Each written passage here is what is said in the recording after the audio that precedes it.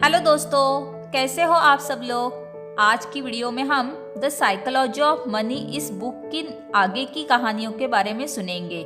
इसके पहले की कहानियों की वीडियो की लिंक मैंने डिस्क्रिप्शन बॉक्स में दी है, आप वहां पे जाके सुन सकते हैं। तो चलिए शुरू करते हैं आज का वीडियो। 9वीं कहानी है wealthy is what you don't see.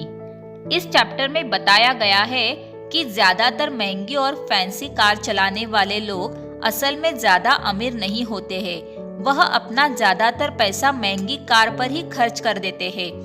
एक महंगी कार खरीदने से ऐसे लोगों के बारे में यह पता नहीं चलता है कि उन्हें वाकई में पैसों की सही समझ है, बल्कि सच्चाई तो यह है कि ऐसे लोगों को पैसे की बिल्कुल भी समझ नहीं होती है। दरअसल हम में से ज्यादातर लोग दूसरे लोगों को बाहरी इंफॉर्मेशन की बेसिस पर ही जज कर लेते हैं, जैसे कोई शख्स कौन सी गाड़ी चलाता है, वह कैसे घर में रहता है और वह किस तरह के कपड़े पहनता है वगैरह। लेकिन असल में वेल्थ नजर नहीं आती है। यह ऐसे एसेट्स होते हैं जिन्हें बाहरी दिखावटी चीज़ों में नहीं बदला जा सकता है, जैसे इन्वेस्टमेंट, प्रॉपर्टी और बिजनेस वगैरह। आपका अमीर होना सिर्फ आपकी मौजूदा इनकम को दिखाता है, लेकिन आपके वेल्दी होने का मतलब है कि आपकी मौजूदा इनकम और सेविंग्स मिलाकर इतनी ज़्यादा होनी चाहिए ताकि आप फ्यूचर में बिना किसी परेशानी के अपने पैसे खर्च कर सके। रीच होने का मतलब यह नहीं है कि आप वेल्दी भी है। एक अमीर शख्स दिखने की आपकी इच्छा के पीछे एक बड़ी वजह यह है कि लोगों के लिए एक रिच रोल मॉडल को तलाश करना काफ़ी आसान होता है, क्योंकि ऐसे लोग आसानी से नज़र आ जाते हैं। लेकिन वहीं पर एक वेल्दी रोल मॉडल ढूंढना बहुत ही मुश्किल होता है, क्योंकि वेल्थ हमेशा छिपी रहती है। 10वीं कहानी है सेव मनी। आपके खर्चे करने के बाद बचे हुए पैसों को जमा करना ही वेल्थ कहलाता है। दरअसल वेल्थ को जमा करने के लिए आपको एक हाई इनकम की ज़रूरत नहीं होती है, बल्कि इसके लिए आपको हाई सेविंग्स की ज़रूरत होती है। आपकी वेल्थ की वैल्यू आपकी इच्छा और ज़रूरत के ऊपर डिपेंड करती है। आपकी सेविंग्स आपकी ईगो और आपकी इनकम के बीच का एक गैप होती है। आपकी सेविंग्स को बढ़ाने का सबसे अच्छा तरीका आपकी इनकम को बढ़ाना नहीं होता, बल्कि आपकी ह्यूमिलिटी यानी विनम्रता को बढ़ाना होता है। आप अपनी इच्छाओं को कम करके अपने खर्चे को कम कर सकते हैं, और आप अपनी इच्छाएं तभी कम कर सकते हैं जब आप इस बात पर ज़्यादा ध्यान ना दें कि लोग आपके बारे में क्या कहेंगे। आपके पास पैसा बचाने के लिए किसी भी तरह की वजह का होना ज़रूरी नहीं है। बिना किसी गोल के सेविंग करना आपको लॉन्ग रन में फ्लेक्सिबिलिटी देता है, और आपके पास हर चीज़ के लिए ज़्यादा ऑप्शंस होते हैं। फ्लेक्सिबिलिटी आपको एक कॉम्पिटिटिव एडवांटेज देता है, जिसका मतलब है कि आप किसी अच्छी जॉब का वेट कर सकते हैं, या आप कोई नई स्किल सीखने के लिए टाइम निकाल सकते हैं। ऑथर कहते हैं कि बचत करने के मामले में 3 तरह के लोग पाए जाते हैं। पहले वो जो यह सोचते हैं कि उन्हें बचत करने की ज़रूरत नहीं है। दूसरे वो जो यह सोचते हैं कि वे बचत नहीं कर सकते।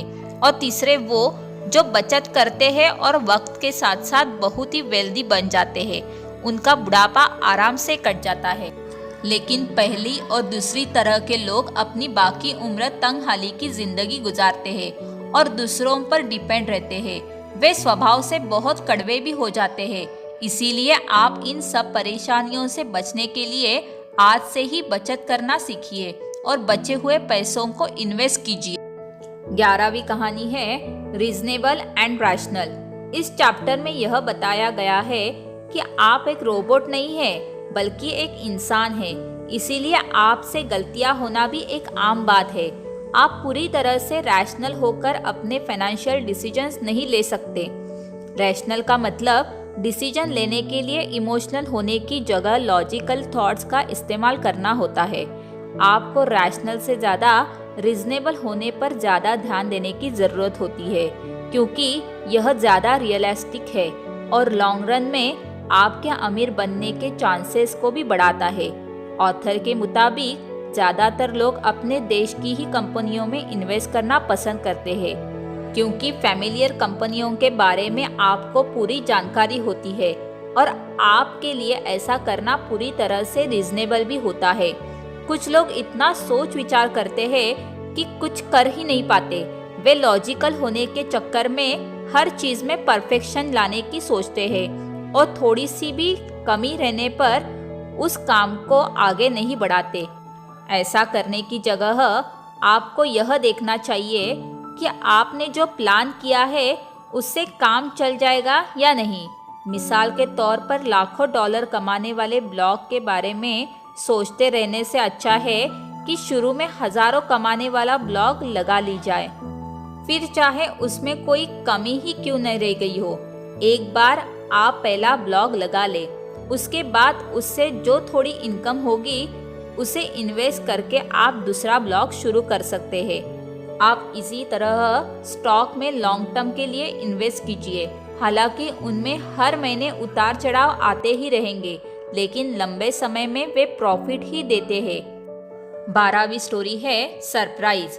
यहाँ ऑथर का कहना है कि हिस्ट्री पास्ट में हुए सरप्राइजिंग इवेंट्स की स्टडी होती है, लेकिन दुनिया भर के इकोनॉमिस्ट और इन्वेस्टर्स का यह मानना है कि इसे फ्यूचर के लिए एक गाइड के तौर पर देखा जा सकता है। आपको यह एक्सेप्ट करना होगा कि आप हिस्टोरिकल ट्रेंड्स को फ्यूचर के मैप के तौर पर नहीं दे सकते। दरअसल इन्वेस्टिंग करना कोई हार्ड साइंस नहीं है, इसीलिए यह बिल्कुल भी ज़रूरी नहीं है कि जैसा पास्ट में हो चुका है वैसा ही फ्यूचर में भी हो सकता है। यह एक ऐसी फील्ड है जहां बहुत सारे लोग पूरी जानकारी ना होने की वजह से अक्सर गलत डिसीजंस ले लेते हैं। अगर हम स्टॉक मार्केट में आने वाले रिसेशन यानी मंदी की हिस्ट्री को देखें तो सन 1800 के दौरान हर 2 साल में रिसेशन आता था, जबकि 20वीं सदी में यह गैप बढ़कर 5 साल का हो गया और पिछले 50 सालों का डाटा देखने पर पता चलता है कि यह गैप करीब 8 साल का हो गया है। हो सकता है कि फ्यूचर में यह गैप और ज़्यादा या फिर इससे कम हो जाए। इसीलिए आप रिसेशन की हिस्ट्री को देखकर कभी भी यह अंदाज़ा नहीं लगा सकते कि अगला रिसेशन कब आएगा।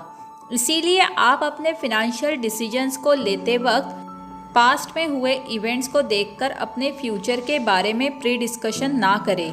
यहाँ ऑथर कहते हैं कि आपको ज़िंदगी में हमेशा सरप्राइज के लिए तैयार रहना चाहिए, क्योंकि पैसे को लेकर आपको कभी भी सरप्राइज मिल सकता है। बहुत से लोग कोरोना वायरस की महामारी के आने के पहले शेयर मार्केट में बहुत अच्छा पैसा कमा रहे थे, लेकिन अचानक से इसकी वजह से सारा मार्केट धड़ाम से गिर गया और बहुत से लोगों को ज़बरदस्त नुकसान उठाना पड़ा था। लेकिन बाद में फिर से मार्केट ऊपर चला गया था। इसीलिए ऑथर कहते हैं कि आप इस तरह की चीज़ों के लिए हमेशा चौकन्ने रहिए। अगली स्टोरी है रूम फॉर एरर। यहाँ यह बताया गया है कि किसी भी चीज़ के लिए पहले से ही बिल्कुल परफेक्ट फोरकास्टिंग करना यानी सही अंदाज़ा लगा पाना तकरीबन इम्पॉसिबल होता है।